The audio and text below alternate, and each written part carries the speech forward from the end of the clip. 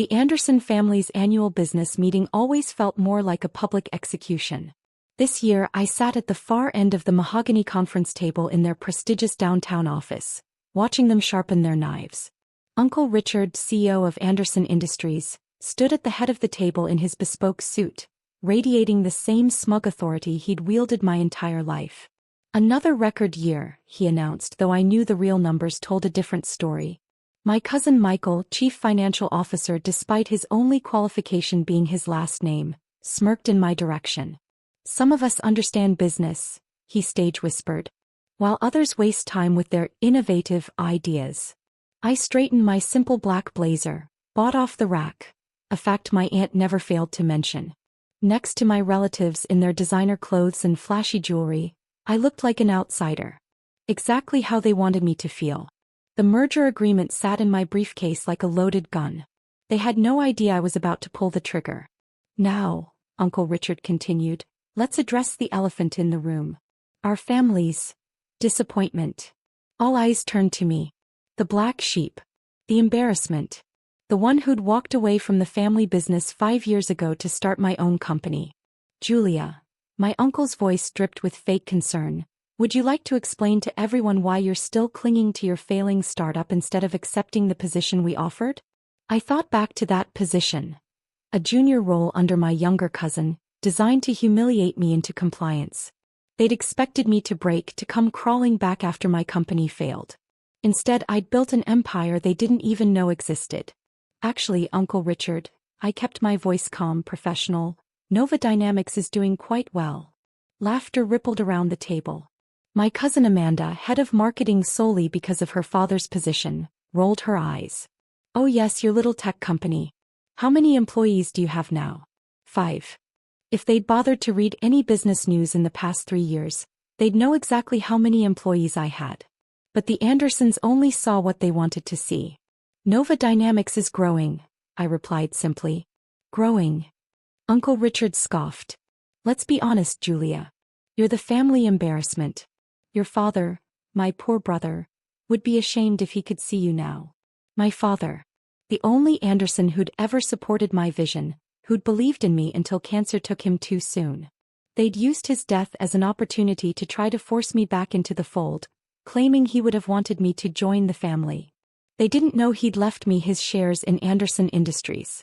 Shares I'd used as a foundation to build something bigger than they could imagine. "Speaking of business," Uncle Richard's voice cut through my thoughts, "we should discuss the Wellington merger." Ah yes. The merger they thought would save them. Anderson Industries was bleeding money, losing market share to more innovative competitors. The Wellington deal was their last hope. "The papers will be signed next week," Michael announced proudly. "Wellington Technologies will bring us into the modern age." I checked my watch. Right on schedule. "About that merger," I said, opening my briefcase. "There's something you should know." Uncle Richard waved his hand dismissively. "Julia, please. This is far beyond your understanding." "Is it?" I placed a folder on the table. "Because I think you might want to see these documents." "What is this?" Michael reached for the folder, but I held up my hand. "First, let me tell you a story." I stood up slowly, commanding attention for the first time in that room. 5 years ago, I came to you with a proposal to modernize Anderson Industries. To embrace digital transformation before it was too late. You laughed me out of this room. "That ridiculous plan would have bankrupted us," Uncle Richard snapped. "No," I corrected him.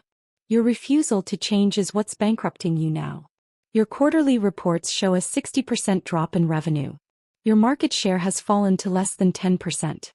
The only thing keeping you afloat is the Wellington merger." The room temperature seemed to drop. Board members shifted uncomfortably in their seats. "And how would you know our quarterly numbers?" Michael demanded. "As I've been watching. Building. Preparing." I opened the folder. Nova Dynamics isn't just a tech company. It's a conglomerate that owns 30% of your competitors. And as of last week, we own controlling interest in Wellington Technologies. The silence that followed was deafening. That's impossible," Uncle Richard stammered. "Is it?" I smiled. "Check the merger agreement Wellington sent over. Look at the parent company's name. Michael frantically flipped through his papers, his face going pale. Nova Holdings. My holding company, I confirmed. The same one that's been buying Anderson Industries stock through shell corporations for the past 3 years. Amanda's designer purse slipped from her lap. But that would mean that your savior, your last hope for survival, is actually the cousin you've spent years mocking? I spread more documents across the table. The merger is still happening. But not the way you planned. Uncle Richard's hands trembled as he read the papers.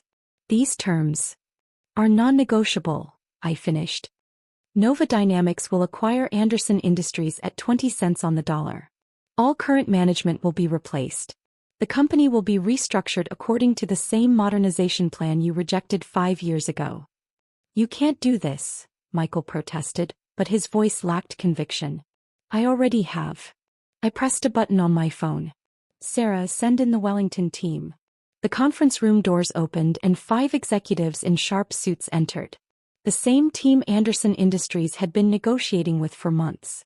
I believe you know my colleagues, I said smoothly. Though they've been reporting to me, not to Wellington's board. Uncle Richard slumped in his chair, 30 years of arrogance finally failing him. Your father would be proud, I cut him off. He always said the future belongs to those brave enough to embrace it. You chose to cling to the past. Now you'll pay the price. The merger papers sat on the table like a judge's verdict. 5 years of dismissal, mockery, and condescension had led to this moment. And I was just getting started. This is blackmail, Uncle Richard finally managed, his face flushed with anger and humiliation. No, I corrected him calmly. This is business. The kind of business you taught me. Take no prisoners, show no mercy. I just execute it better than you do. The Wellington executives were already distributing transition documents. My cousin Michael flipped through them frantically, his CFO credentials suddenly worthless. 30% workforce reduction, he read aloud, voice cracking. Complete digital transformation. Restructuring of all departments. Everything I proposed 5 years ago, I confirmed. The changes you said would destroy the company? They're happening anyway. Just at a much higher cost to you. Amanda stood up abruptly. I quit. I won't work for you. Sit down, I said firmly. You don't have the luxury of quitting. Your trust fund, your lifestyle, your future, it all depends on Anderson Industries stock. Stock that's worth pennies without this merger. She sank back into her chair, mascara starting to run. The board will never approve this, Uncle Richard declared, but the tremor in his voice betrayed his uncertainty. The board already has. I nodded to Sarah, who opened the doors again. Bernard Wheeler, head of the board of directors, walked in with 3 other board members. The vote was unanimous, Richard. We're accepting Nova's offer. Uncle Richard's face went from red to white. You knew about this? We've known for months, Bernard confirmed. Ms. Anderson approached us with proof of management's incompetence and her plan to save the company. Unlike you, we chose to listen this time. I watched my family's perfect facade crumble. Years of arrogance, nepotism, and resistance to change had finally caught up with them. You have 2 choices, I announced, standing at the head of the table. Their table, now mine. Accept positions in the restructured company with significantly reduced roles and salaries, or leave with basic severance packages. Decide now. And if we fight this? Michael challenged weakly. I smiled. Then I released the audit reports showing how you've been cooking the books for the past 3 years. How many years in prison for financial fraud, cousin? He went pale. Uncle Richard stood up slowly, his shoulders sagging. You planned this. All of it. The Wellington deal, the stock purchases. No, I corrected him. I built something successful. Your company's failure and my ability to save it? That's just karma. Your father, he started, would be proud, I cut him off. He saw what you couldn't. That business isn't about maintaining power, it's about creating value. He taught me that before he died. We're still family, Amanda tried, her voice small. Family. I laughed. Was it family when you called me the embarrassment? When you mocked every idea I had? When you used my father's death to try to force me back under your control? Silence fell over the room. The new Anderson Industries launches next month, I continued. Those who want to stay can meet with HR tomorrow to discuss their revised positions. Those who don't, security will escort you out today. You can't just, Uncle Richard began. I can and I will. I pressed a button on my phone. Security, please come to the main conference room. As guards entered, I watched my family's empire crumble in real time. Amanda sobbing into her designer purse. Michael staring blankly at the audit reports that could send him to prison. Uncle Richard, shoulders slumped, 30 years of dominance evaporating. One more thing, I added as security approached. The Anderson name stays on the building. As a reminder that the future belongs to those who embrace it, not those who cling to the past. The transformation of Anderson Industries began immediately. We stripped away layers of nepotism and outdated practices. Some employees celebrated the changes. Others, particularly my relatives' old allies, resigned in protest. Surprisingly, Michael asked to stay. I want to learn, he said quietly during his HR meeting. Really learn, not just coast on the family name. Amanda left for a smaller firm but sent an email a month later. You were right. About everything. I'm sorry we didn't see it sooner. Uncle Richard held out longest, refusing to accept the new reality until the board forcibly removed him. But 6 months later I received a letter from him. I was wrong, he wrote. About business, about change, about you. Your father would indeed be proud. 1 year after the takeover, Anderson Industries had transformed into a digital powerhouse. Our stock price quadrupled. The same relatives who'd called me an embarrassment now bragged about their connection to the company. Yesterday, during the annual business meeting, held in our new high-tech conference room, I watched Michael present our digital transformation results. He'd learned, adapted, grown. Remember when we thought we knew everything about business? He asked later.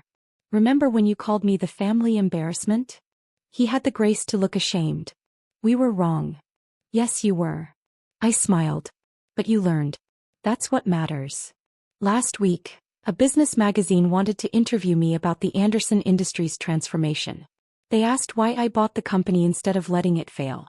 I showed them a photo from 5 years ago, my last day before leaving, when they'd laughed at my proposals. Sometimes success isn't about destroying the old guard, I told them. It's about teaching them a new way to march. The Anderson Industries logo still stands atop our building, but it means something different now. Something my father would have been proud of. Something worth building. Sometimes the best revenge isn't watching them fail. It's making them succeed on your terms. And sometimes, just sometimes, being the black sheep means leading the flock in a new direction.